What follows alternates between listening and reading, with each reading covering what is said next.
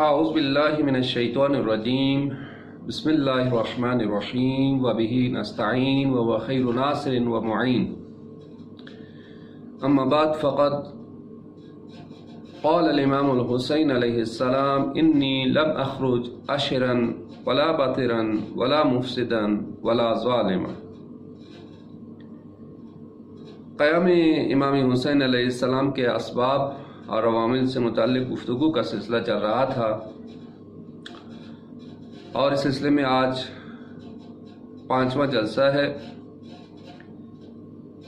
عرض کیا کہ قیام امام حسین کے عوامل اور اسباب میں سے 4 اہم سبب ہیں۔ ان میں سے گزشتہ جلسے میں پہلے سبب کی وضاحت ہوئی، ولایت ستیزی یعنی ولایت کے ساتھ دشمنی۔ آج ہم دوسرے سبب کو بیان کریں گے، وہ ہے دین ستیزی یعنی دین کے ساتھ دشمنی۔ اور یہ جو کام ہے یہ بھی رسول خدا صلی اللہ علیہ وآلہ وسلم کی وفات کے بعد سے سلسلہ شروع ہوا، یعنی دین سے روح کو نکال دیا جائے۔ دین فقط نماز، روزہ، حج اور ظاہری عبادات تو رہیں، لیکن ان کے اندر سے روح کو نکال دیا جائے، یہ ہے دین ستیزی۔ حج ہوتا رہے، نمازیں پڑھتے رہیں، روزے رکھتے رہیں، لیکن ان کا کوئی عملی اثر نہ ہو، ان کے اندر سے روح کو نکال دیا جائے، اور یہ کام بنی امیہ نے کیا۔ انہی چیزوں تک محدود کر دیا دین۔ بنی امیہ خود بھی نماز پڑھتے تھے، بلکہ بنی امیہ کے جو خلیفے تھے نماز جماعت کرواتے تھے، جمعہ منعقد کرتے تھے۔ جیسے کہ روایت بیان کی گئی ہے، مختلف تاریخوں میں نقل ہوا ہے کہ ولید بن عقبہ جو حاکم تھا، کوفہ کے اندر حاکم بنا، اس نے ایک دفعہ لوگوں کو نماز جماعت پڑھائی۔ نماز جماعت تو ہر روز پڑھاتا تھا۔ ایک دفعہ شراب کے نشے میں فجر کی نماز 2 رکعت کی بجائے 4 رکعت پڑھا دی۔ جب اعتراض کیا کہ آپ نے کیا کیا ہے خلیفہ صاحب، آپ نے 2 کی جگہ 4 رکعت پڑھا دی، تو کہنے لگا کم پڑھائیے تو اور پڑھا دیتا ہوں۔ یعنی یہ وہ افراد ہیں جب معاشرے کے اندر، معاشرے کے اوپر فاسد ترین افراد جب مسلط ہو جاتے ہیں تو یہی ہوتا ہے۔ جیسا کہ خود مسعودی نے تاریخ مسعودی میں نقل ہوا ہے کہ رسول خدا صلی اللہ علیہ وسلم نے فرمایا تھا اس کے بارے میں، ولید کے بارے میں، کہ انہو من اہل النار، لیکن وہ حاکم بن گیا، تو لہٰذا اس نے اس طریقے سے دین کا مذاق اڑایا۔ اور اسی طرح سے اور بہت سارے واقعات ملتے ہیں، تفصیل میں نہیں جا سکتا میں۔ تو بنی امیہ کے خلیفوں نے لوگوں کو نماز سے نہیں روکا، اس طرح جیسی نماز پڑھتے تھے، خود بھی پڑھواتے تھے، اور روزے سے نہیں روکا، حج سے نہیں روکا۔ حج بھی ماشاءاللہ شان و شوکت کے ساتھ ہر سال انجام دیا جاتا تھا، خلیفہ کی طرف سے امیر حاج مقرر ہوتا تھا، لیکن دین سے روح کو نکال دیا گیا۔ روح دین، جیسا کہ عرض کیا، روح دین ولایت تھی، اس کو نکال دیا گیا۔ اور اسی وجہ سے تفسیر قرآن پہ بھی پابندی لگائی گئی۔ امیر شام نے تفسیر قرآن پہ پابندی لگا دی، اور جب عبداللہ ابن عباس جو کہ مشہور مفسر قرآن ہیں، صحابی رسول خدا ہیں، انہوں نے اعتراض کیا کہ لوگوں کو قرآن کو سمجھنے کی ضرورت ہے، تو کہنے لگے کہ آپ کو حق نہیں ہے کہ آپ تفسیر بیان کریں، اگر کسی کو تفسیر کی ضرورت ہوئی تو ہم مفسر معین کریں گے۔ کیوں؟ اس لیے کہ عبداللہ ابن عباس جو ہے وہ اہل بیت کی فضائل میں احادیث کو بیان کرتے تھے، بہت ساری آیات کی تفسیر میں اہل بیت کی فضیلت آتی تھی، الیوم اکملت لکم دینکم میں اہل بیت کی فضیلت آتی تھی، آیت تطہیر کے اندر اہل بیت کی فضیلت آتی تھی، جس کو بیان نہیں کیا جانا چاہیے تھا، اس لیے روکا گیا۔ تو بنی امیہ نے دین کو فقط ظاہری حد تک، ظاہری رسومات، ظاہری چیزوں تک محدود کر دیا، اور کہا کہ یہی دین ہے بس۔ بہت ساری جگہوں پر دین کے ظواہر کی بھی مخالفت کی گئی، اور جیسا کہ آپ دین کے ساتھ دشمنی کے حوالے سے ایک واقعہ میں بیان کرتا ہوں، جس کو ابن ابی الحدید میں نے شرح نہج البلاغہ میں بھی ذکر کیا ہے، اور مسعودی نے ذکر کیا ہے، مروج صاحب نے کشف الغمہ میں، اور دیگر تاریخ کی کتابوں میں ذکر ہوا ہے کہ ایک شخص ہے جس کا نام ہے مطرف بن مغیرہ، اور اس کا باپ یعنی یہ مغیرہ جو ہے امیر شام کے بڑے قریبی ساتھیوں میں سے تھا، اور بڑی تعریف کرتا تھا امیر شام کے اقدامات کی اور ان کے جو ہے وہ ذہانت کی، اور بڑے تعریفیں کرتا تھا۔ تو ان کا یہ بیٹا مغیرہ کہتا ہے کہ ایک دفعہ میرا باپ گھر آیا اور بڑا پریشان لگ رہا تھا۔ میں نے پوچھا کہ کیا ہوا؟ کہنے لگا کہ یہ شخص انتہائی فاسد ہے۔ تو پوچھا کیا ہوا؟ کہا کہ ہم بیٹھے تھے، باتیں ہو رہی تھیں مختلف، اور میں نے کہا کہ آپ تو اب آپ حکومت پر قابض ہو گئے ہیں، آپ نے حکومت اپنی سنبھال لی ہے، اور ماشاءاللہ تو تھوڑا سا لوگوں کے ساتھ رحم دلی کا مظاہرہ کریں، اہل بیت کے ساتھ جو ہے وہ ان کے ساتھ رحم دلی کا مظاہرہ کریں۔ تو یہ اس وقت آذان ہوئی، آذان جب ہونے لگی تو کہنے لگا کہ جب تک اس شخص کا نام اذان سے لیا جا رہا ہے، نعوذ باللہ، پیغمبر اکرم، جب تک اس شخص کا نام آذان میں لیا جا رہا ہے میں آرام سے نہیں بیٹھوں گا۔ یہ دشمنی دین کے ساتھ تھی، پیغمبر کا نام دین آذان سے نکلوانا۔ کہا کہ ہر روز 5 مرتبہ اس کا نام اللہ کے نام کے ساتھ لیا جاتا ہے، جبکہ ہمارا نام نہیں لیا جاتا۔ میں جب تک اس کا نام نہ نکلوا دوں میں چین سے نہیں بیٹھوں گا۔ یہ بنی امیہ کا ہدف تھا۔ اپنے بیٹے یزید کو کس لیے نصب کیا تھا؟ کہ آخری کیل ٹھونک دے دین کی تباہی کے لیے۔ اب اگر امام حسین چپ بیٹھے رہتے تو پھر کیا ہوتا؟ دین کیا تھا؟ کچھ بھی نہیں تھا۔ یہ بنی امیہ کا ہدف تھا، تباہ کر دے دین کو، نابود کر دے دین کو، رسول خدا کا نام تک مٹا دیں، آذان سے بھی نکلوا دے نام، دین کے ساتھ دشمنی۔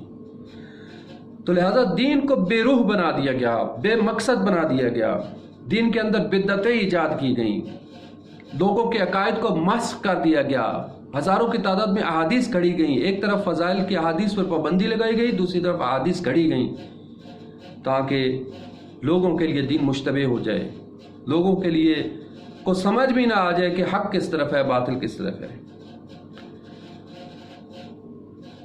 اور ایک طرف پابندی، دوسری طرف سے احادیث کری گئی، احادیث کی فیکٹریاں لگا دی گئی، دین کو بے قدر بے اہمیت بنا دیا گیا۔ اور دین کس قدر اہمیت رکھتا تھا؟ امام جعفر صادق علیہ السلام کو جب مشکل پیش آتی تھی تو یہ دعا کرتے تھے، فرماتے تھے اللہم لا تجعل مصیبتی فی دینی، خدایا میرے دین میں کوئی مشکل، میرے لیے مصیبت نہ، مشکلات آتی رہتی ہیں لیکن میرے دین میں کوئی مشکل نہ آئے۔ دین تو اس قدر اہمیت رکھتا ہے لیکن دین کو بے اہمیت بنا دیا گیا۔ احسب الناس ان یترکوا اللہ وہم لا یفتنون، کیا لوگوں نے یہ گمان کر لیا ہے کہ انہیں چھوڑ دیا جائے گا اور انہیں آزمائش میں فتنوں میں مبتلا نہیں کیا جائے گا؟ فقط لا الہ الا اللہ کہہ دیں گے بس۔ جب رسول خدا سے مولا علی علیہ السلام فرماتے ہیں کہ میں ان کی خدمت میں تھا، پوچھا کہ اس آیت سے کیا مراد ہے اور کب یہ فتنے اور آزمائشیں ہوں گی، تو رسول خدا نے فرمایا میری وفات کے بعد، میری وفات کے بعد مسلمانوں کو ان فتنوں اور ان آزمائشوں میں مبتلا کیا جائے گا۔ اور ایسا ہی ہوا۔ بہت سارے لوگ جو رسول خدا کے زمانے میں منافق موجود تھے، اظہار نہیں کر سکتے تھے اپنے نفاق کا، خود قرآن کریم نے بیان کیا ہے وَمِن أَهْلِ الْمَدِينَةِ مَرَدُوا عَلَى النِّفَاقِ لَا تَعْلَمُهُمْ، اہل مدینہ میں سے ہی بہت سارے آپ کے ارد گرد موجود ہیں جو منافق ہیں، نفاق رکھنے والے ہیں، آپ نہیں جانتے، یعنی ان اظہار نہیں کرتے وہ، لیکن جو ہی رسول خدا کی آنکھیں بند ہوئیں نفاق ظاہر ہو گیا، کھل کے منافقت سامنے آ گئی۔ جیسے کہ حضرت زہرہ مرضیہ اس بات کو بیان فرماتی ہیں کہ ظہرت حقیقت النفاق، یعنی پیغمبر کے بعد نفاق کھل کر سامنے آ گیا، نفاق کے دریچے کھل گئے، کھل کے سامنے آ گیا۔ منافقت نے اپنے چہروں سے نقاب اتار دیے، اور پھر وہاں اہل بیت کی شدت کے ساتھ مخالفت شروع ہو گئی، دین خدا کو نابود کرنے کے پیچھے پڑ گئے، اور اسلامی معاشرے سے دینی اقدار کو ختم کر دیا گیا، اسلامی معاشرے کو دنیا طلبی کے پیچھے لگا دیا گیا، دنیاوی امور تک حد تک رہ گیا، دین فقط دنیاوی امور کو چلانے کی حد تک رہ گیا۔ اور جس بات کو امام حسین نے کربلا میں خطبہ دیتے ہوئے بیان کیا تھا، کیا فرمایا تھا؟ فرمایا تھا الناس عبید الدنیا، یہ جو مسلمان ہیں نا، یہ اب دنیا کے بندے بن گئے ہیں۔ الناس عبید الدنیا والدین لعق علی السنتہم، فقط دین لکلکۂ زبان ہے، دین فقط زبان کے حد تک رہ گیا ہے، لوگ دنیا کے بندے ہیں، دنیا کے غلام ہیں، دین فقط لکلکۂ زبان ہے۔ اور پھر فرمایا کہ یحوتونہ ما درت معایشہم، یہ دین کے گرد چکر لگاتے ہیں، بڑے دیندار بنتے ہیں، جب تک کہ دین ان کی معیشت کو پورا کرتا ہے، دین فقط ان کے دنیاوی امور کو جب تک چلا رہا ہے، اس وقت یہ بڑے دیندار ہیں اور دین کے گرد چکر لگاتے ہیں۔ یحوتونہ ما درت معایشہم فاذا محسوا بالبلا قلت دیانون، اور جب انہیں آزمائش کی چکی میں ڈالا جاتا ہے، جب انہیں ابتلا میں ڈالا جاتا ہے، تو بہت کم دیندار رہ جاتے ہیں۔ یہ حالت ہو گئی تھی معاشرے کی، دین فقط لکلکۂ زبان تھا، دین فقط دنیاوی امور کو چلانے کے لیے تھا۔ آج بھی یہی ہے، آج بھی یہی ہے، جو بنی امیہ نے بنیاد رکھی تھی وہ جاری ہے، یعنی حق چھپ چکا تھا، دین فقط لکلکۂ زبان رہ گیا تھا۔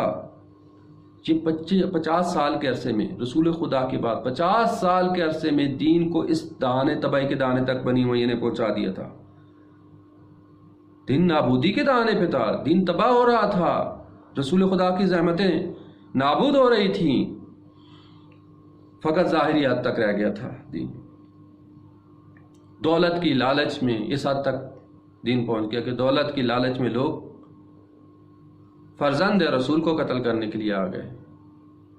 ولید جیسے کہ بیان کیا گیا، عمر سعد جیسے لوگ، صحابی کا بیٹا ہے، عمر سعد جیسے لوگ رے کی حکومت کی لالچ میں فرزند رسول کو قتل کرنے کے لیے کربلا کے میدان میں آ جاتے ہیں۔ اور یزید جیسا فاسق اور فاجر انسان اسلامی مملکت کا حاکم بن جاتا ہے۔ آج بھی کچھ لوگ ہیں خلیفہ کہنے والے یزید کو، فاسق، فاجر، شارب الخمور، محارم کے ساتھ زنا کرنے والا، ایسا انسان، بندروں سے کھیلنے والا حاکم اسلامی حکومت کا سربراہ بن جاتا ہے۔